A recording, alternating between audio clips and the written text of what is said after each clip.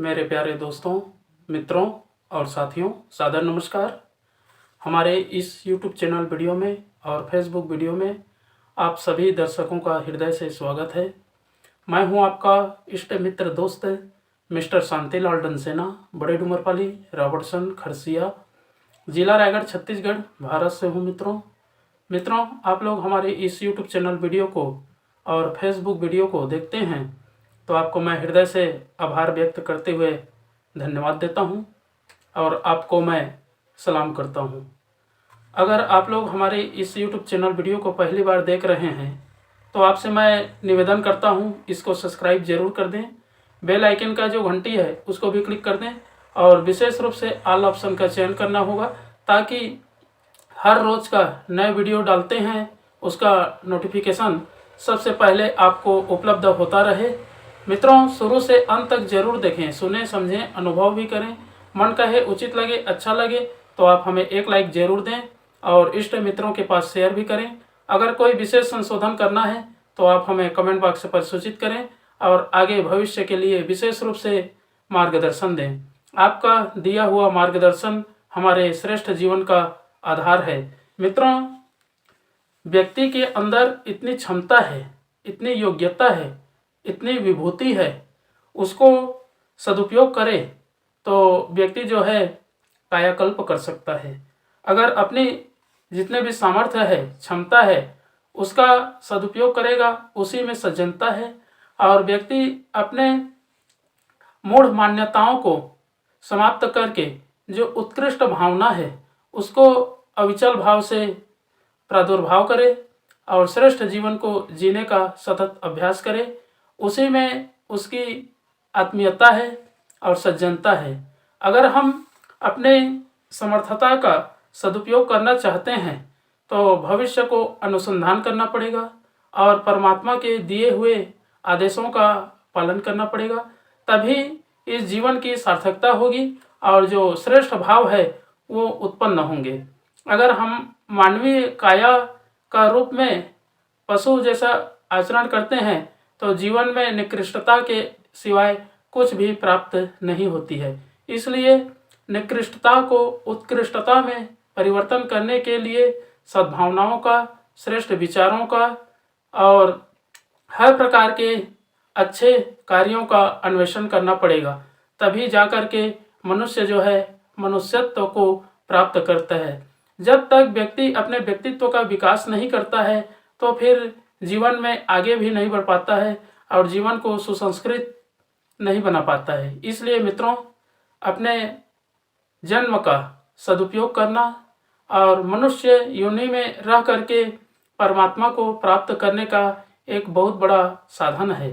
अगर हम अन्य प्राणी को देखें तो उनकी जो जीवन शैली है वो निम्न स्तर की होती है, जबकि मनुष्य का जन्म श्रेष्ठ कार्यों के लिए हुआ है और श्रेष्ठ सद्भावनाओं के साथ में जुड़ने का प्रयास जारी रखना अति आवश्यक है। मित्रों, जब तक हम कुंठित अवस्था में रहते हैं तो जो हमारे अंदर दिव्य भावना है, क्षमता है, समर्थता है, उसका सही ढंग से उपयोग नहीं हो पाता है और इसी के लिए जीवन पर्यंत व्यक्ति अपना मूलभूत समय का उपयोग करता है और निकृष्टताओं से उत्कृष्टताओं की ओर आगे बढ़ने का सतत अभ्यास करता है।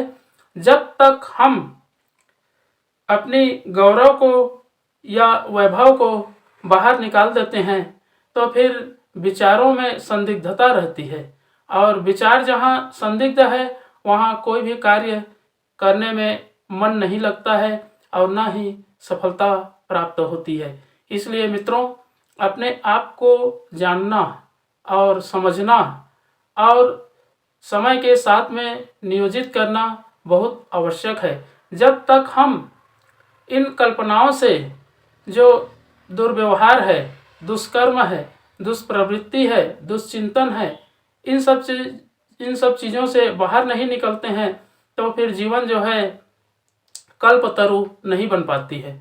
अगर हम पारसमणि को प्राप्त करना चाहते हैं, अमृत जैसा जीवन जीना चाहते हैं तो सत्य का आवरण लेना पड़ेगा और ईश्वर के बताए हुए निर्देशों पर गमन करना पड़ेगा, तभी इस जीवन की सार्थकता होगी और मनुष्य जन्म कहलाने की जो सार्थकता है वो उत्पन्न होगी।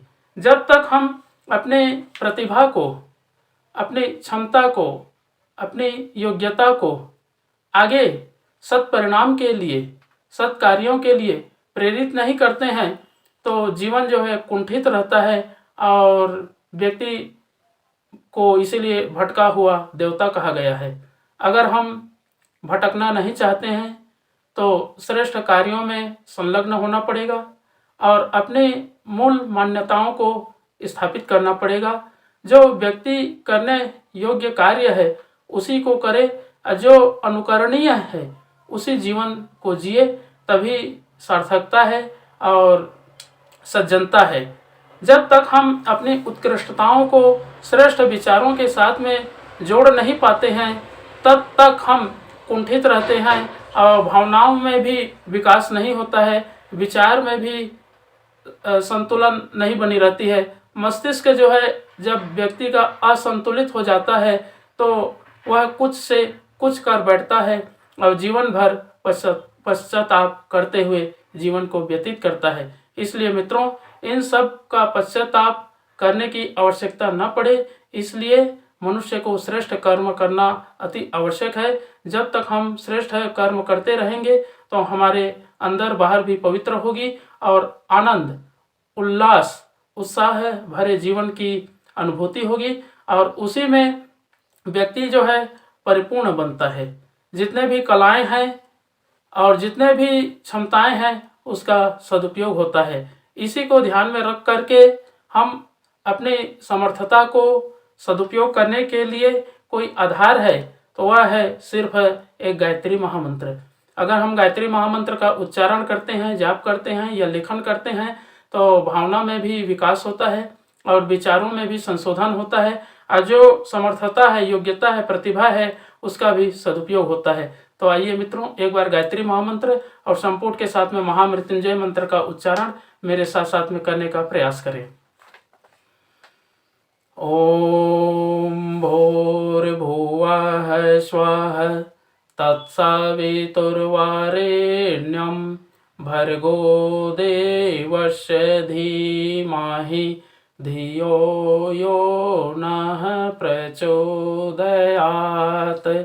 उस प्राण स्वरूप, दुख नाशक, सुख स्वरूप, श्रेष्ठ, तेजस्वी, पाप नाशक, देव स्वरूप परमात्मा को हम अपनी अंतरात्मा में धारण करें। वह परमात्मा हमारी बुद्धि को सत्मार्ग की ओर प्रेरित करे। ओम हौम जोम सह ओम भूर्भुवः स्वः ओम त्र्यंबकं यजामहे सुगंधिं पुष्टिवर्धनम् उर्वारुकमिव बन्धनान् मृत्युर्मुक्षीयमामृतात्। ओम स्वः भुवः भुः ओम सह जोम हौम ओम मृत्युंजय महादेव त्राहि मां शरणागतं जन्म मृत्यु जरा व्याधि पीड़ितं कर्म बंधनाय। ओम असंभवं संभव कर्तुमुद्यतं प्रचंड झंझावृतिरोध सक्षमं युगस्य निर्माण कृते समुद्यतं परम महाकालमं नमाम्यहम्। ओम अस्तो मा सद्गमय तमसो मा ज्योतिर्गमय मृत्युर्मामृतं गमय।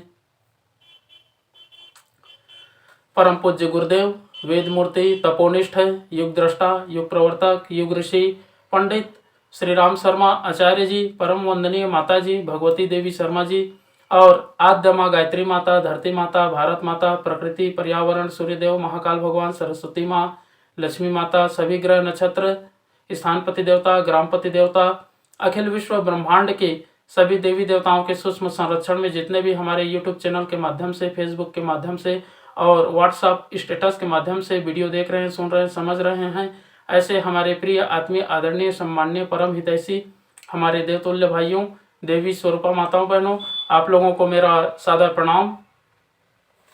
ऋषि चिंतन के सानिध्य में से आज का जो एक बहुत ही अनमोल महत्वपूर्ण सुविचार है आपके पास लेकर के प्रस्तुत करने का प्रयास कर रहा हूँ। आज का सुविचार है मित्रों, समर्थता का सदुपयोग। बहुत ही अनमोल सुविचार है। बेल पेड़ से लिपट कर ऊंची तो उठ सकती है, पर उसे अपना अस्तित्व बनाए रखने के लिए आवश्यक रस भूमि के भीतर से ही प्राप्त करना होगा। पेड़ बेल को सहारा भर दे सकता है पर उसे जीवित नहीं रख सकता। अमर बेल जैसे अपवाद उदाहरण या नियम नहीं बन सकते। मित्रों, व्यक्ति का गौरव या वैभव बाहर बिखरा दिखता है। उसका बड़प्पन आंकने के लिए उसके साधन एवं सहायक आधारभूत कारण प्रतीत होते हैं, पर वस्तुतः बात ऐसी है नहीं। मानवीय प्रगति के मूलभूत तत्व उसके अंतराल की गहराई में ही रहते हैं। मित्रों, परिश्रमी, व्यवहार कुशल और मिलनसार प्रकृति के व्यक्ति संपत्ति उपार्जन में समर्थ होते हैं। जिनमें इन गुणों का अभाव है वे पूर्वजों की छोड़ी हुई संपदा की रखवाली तक नहीं कर सकते। भीतर का खोखलापन उन्हें बाहर से भी दरिद्र ही बनाए रहता है। मित्रों, गरिमाशील व्यक्ति किसी देवी देवता के अनुग्रह से महान नहीं बनते। संयमशीलता, उदारता और सज्जनता से मनुष्य सुदृढ़ बनता है, पर आवश्यक यह भी है कि उस दृढ़ता का उपयोग लोकमंगल के लिए किया जाए।